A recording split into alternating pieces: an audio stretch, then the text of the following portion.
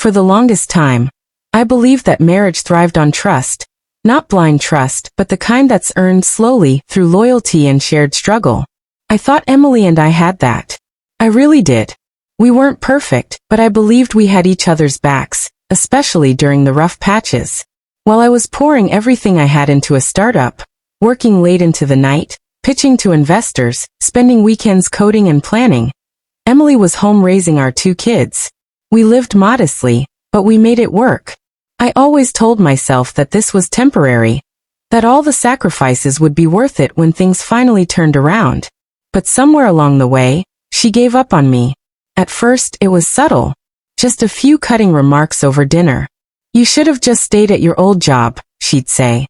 "At least we had a little security."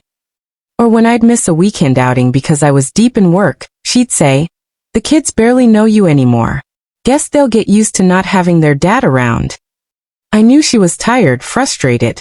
So was I. But I kept my head down and kept grinding, believing that success was right around the corner. And then suddenly it happened. I landed the deal. After years of sacrifice and rejection, I sold the company for $2 billion. I remember sitting alone in my car right after the final call, staring at my reflection in the rearview mirror, too stunned to move. My thoughts raced, debts we could erase, the vacations we always talked about, the comfort and freedom we could finally enjoy. But when I walked through the front door that night, expecting maybe a spark of celebration, something felt wrong. Emily barely looked up from her phone. She was texting, smiling in that way you do when you're freshly in love. When I asked who it was, she brushed it off like it was nothing. I didn't press her. I wanted to believe I was imagining things. A few days later, I heard her in the laundry room, speaking in a whisper I wasn't supposed to hear. "I can't wait," she said. "Just a few more days." He has no idea. I should have confronted her right then. But I didn't. Some part of me still held on, hoping there was some other explanation. That week she told me she was going on a girls' trip for the weekend. Said she needed some time to unwind. I offered to stay with the kids. She didn't even look at me, just said, "Yeah, that's what broke husbands do."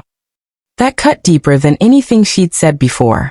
I laughed it off, trying not to take it personally, convincing myself it was just a rough patch. But then I found the ashes. I'd been planning a surprise getaway for the whole family, a vacation to Italy, something we could all look forward to. I left my passport on the nightstand, only to discover it missing the next day. After searching the house, I found what was left of it in the fireplace. It had been burned, destroyed. I confronted her that night. My hands were shaking, not with rage but disbelief. I asked her why. Why would she do something like that? She didn't blink. "You're staying home," she said. "You take care of the kids." She paused, then added with a cruel smirk, "I'm going to relax. With someone who can actually afford it." I stood there in silence, stunned. You're serious?" I asked. She laughed. "Dead serious. You've been chasing this stupid dream for years while I've been stuck here. I'm done." I never told her about the $2 billion. Not then. Something inside me broke, not in pain but in clarity. I realized she was already gone. Maybe she had been for a long time. That night, after she went to sleep, I quietly packed a bag, just my essentials, laptop, a few clothes, and walked out. I checked into a nearby hotel to breathe, to think. By sunrise, I had a plan. I called a lawyer and started the divorce process. I made arrangements for our kids to stay with my sister for a few days. She adored them, and I knew they'd be safe with her. Then I went back. Emily was still asleep when I walked in. I sat in the kitchen, sipping coffee, waiting. When she finally came downstairs, her expression froze when she saw me. "You're still here?" she asked. "No," I said calmly. "Just finishing up a few things." I handed her an envelope. "The divorce papers." Her face twisted. "What is this?" she asked. "I'm done," I said. "I know about the trip. And I know about him." She scoffed. "You've got to be kidding." I reached into my bag and pulled out a copy of a bank statement. It was real, unmistakable. Her face went pale. "You had this all along," she whispered. "I wanted it to be a surprise," I said. "I thought it would change things. Fix what was broken." But I see now. The real problem wasn't the money. You're leaving me? She asked, her voice cracking. I looked at her for a long moment. I think you left me a long time ago. And then I walked out. It wasn't easy.